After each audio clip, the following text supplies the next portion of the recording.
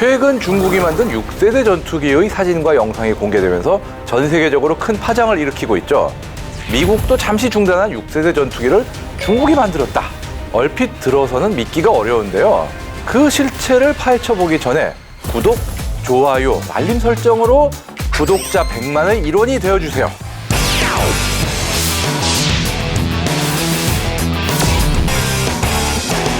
현존하는 최고의 전투기를 꼽으라고 하면 F-35, F-22, 그리고 반쪽 스텔스 논란에 휩싸였던 J-20 등이 많이 거론되죠.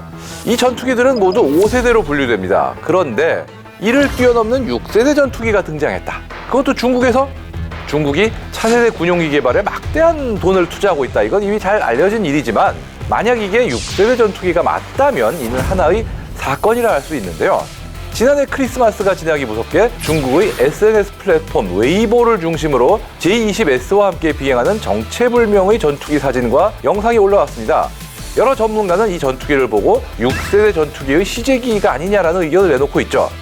현재 공개된 내용으로는 두 가지 기종이 식별되는데요. 언론의 표현을 빌리자면 하나는 가오리형, 다른 하나는 돌고래형이라고 불리고 있습니다. 먼저 가오리형은 챙두 항공우주기업 즉 CAC에서 만들었고요. 돌고래형은 신양 항공우주기업 즉 SAC에서 개발했다고 알려져 있죠. 이 가운데 특히 가오리형은 비교적 상세한 사진이 많이 공개되면서 이를 둘러싼 여러 추측도 쏟아지고 있는 상황인데요. 현재 알려진 기체 번호는 36011, 풍문에 의하면 J36이라고도 불린다는 이 가오리형 시제기를 중심으로 오늘의 이야기를 풀어갈까 합니다. 먼저 우리가 생각할 문제가 몇 가지 있습니다. 첫 번째, 이게 전투기가 맞을까? 이거부터 따져봐야 됩니다. 영상을 보면 시험 비행 당시 함께 비행한 J-20 덕분에 이 기체가 J-20보다 훨씬 큰 편이라는 것, 이건 확실해졌죠. 길이는 사진으로 추정해보면 J-20보다 거의 60% 정도가 더 길고 너비도 40% 정도 크다고 하는데 깊이는 아직 알려지지도 않았지만 어쨌든 많은 양 혹은 대형의 무장을 장착할 수 있겠죠. 최대 이륙 중량도 약 50톤으로 추정됩니다. 그런데 이 정도면 전투기라기보다는 대형의 공격기 내지는 상당한 원거리 침투가 가능하도록 설계된 폭격기 정도는 아니냐 이렇게 추측되는데요. 실제로 이 기체를 보고 JH-36, 즉 전투 폭격기로서 분류되는 명칭을 사용하는 사람도 있습니다. 물론 이에 대해서는 중국에서 정식으로 발표한 명칭도 아니기 때문에 추후 어떻게 불릴지는 여전히 오리무중인 상황입니다. 과거에는 구소련 내진 러시아 전투기의 디자인을 그대로 모방하거나 러시아와 미국의 전투기 개념을 혼합하는 디자인을 채택했는데 이번에 중국은 독특하고 흥미로운 디자인을 채택했습니다. 기체 형상을 보면 일단 꼬리 날개 즉 테일윙이 없는 무미익기라는 점 확실해 보이죠? 이 지점에서 과연 중국이 무미익기를 만들 수는 있냐라면 의아해하실 분들도 있을 겁니다. 그런데 사실 무미익기라는 디자인 자체는 이미 2차 대전 당시에도 시제품이 나온 적이 있거든요. 당연히 현대 항공 기술로 충분히 구현할 수 있는 영역이고 특히 무인기를 기준으로는 이미 중국도 무미익기를 성공적으로 개발한 사례가 있기 때문에 기술적으로 문제가 있을 것이다 라고 단정짓기는 무리가 있습니다. 중국이 무미익기 디자인을 채택한 이유가 있을까요? 아무래도 스텔스성 때문일 것 같습니다. 수직 꼬리 날개도 수평 꼬리 날개도 레이더 반사 면적을 키울 수 있는 구조이기 때문에 꼬리가 아예 없는 마름모꼴 모양이 상대적으로 스텔스 성능을 높이는 데 유리합니다. B2 스텔스 폭격기가 무미익기로 설계된 것도 바로 이런 이유 때문인데 물론 이렇게 꼬리 날개가 없어지면 방향 전환이 어려워진다는 문제가 있긴 합니다만 이 기체의 경우 주날개에 10개의 플랩을 장착해 문제를 해결하려고 한 것으로 보입니다. 또 흥미로운 점은 기체의 착륙 장치인데요.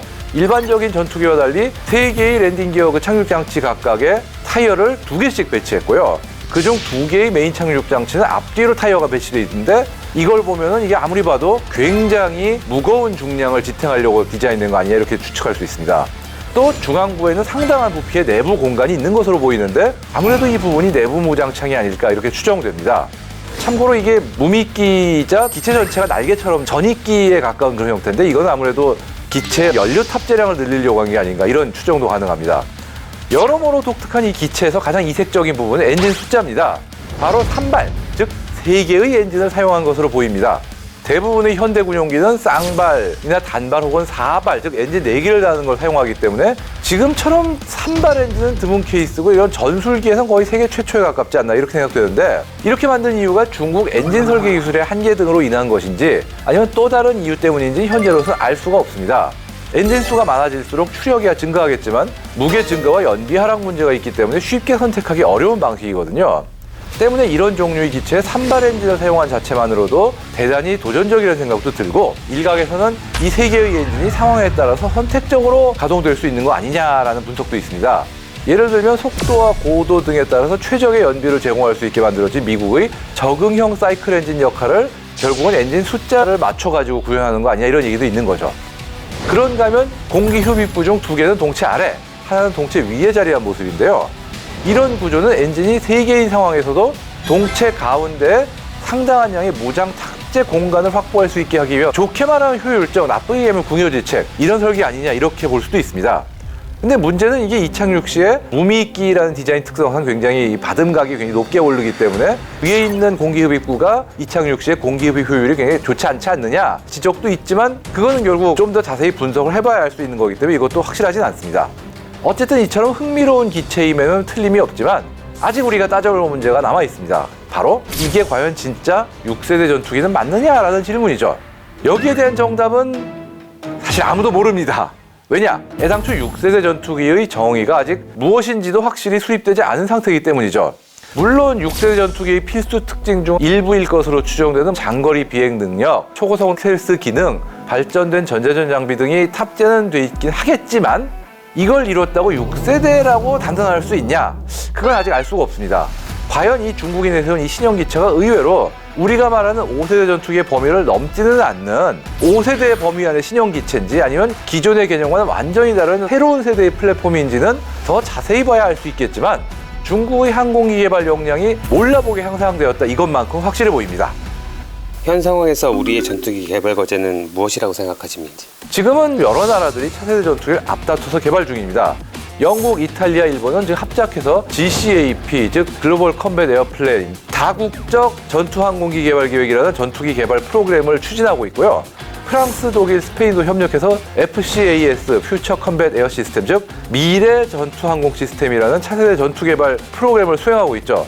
앞서 우리나라도 KF-21의 성능 개량을 통해 향후 유무인 복합 재개를 갖추겠다, 이런 의지를 내비치긴 했지만, 진짜 6세대 전투기 개발이 구체화되려면 해외 합작 프로그램을 검토해서 여기에 참가하는 걸 생각해봐야 되지 않냐, 이런 가능성도 있습니다. 왜냐하면 KF-11도 아직 완벽한 5세기가 아니고 이제야 이걸 5세대로 완성하네만 이러고 있는데, 과연 6세대를 우리 독자 역량으로 완성할 수 있냐, 이건 완전히 다른 영역이라 참 쉽지 않은 문제거든요. 어쨌든 중국이 선보인 이번 기체가 통상적으로 말하는 6세대 전투기가 아니더라도 지금처럼 플랫폼을 계속 자체 개발하면서 중국이 시행착오를 거듭하는 것은 굉장히 위협적으로 보입니다. 과연 다른 나라들은 중국의 새로운 전투기에 어떻게 대응할지, 그리고 이 정체불명의 전투기 혹은 전투폭격기가 과연 6세대 전투기 타이틀을 목에 걸 수 있을지 주목해봐야겠습니다.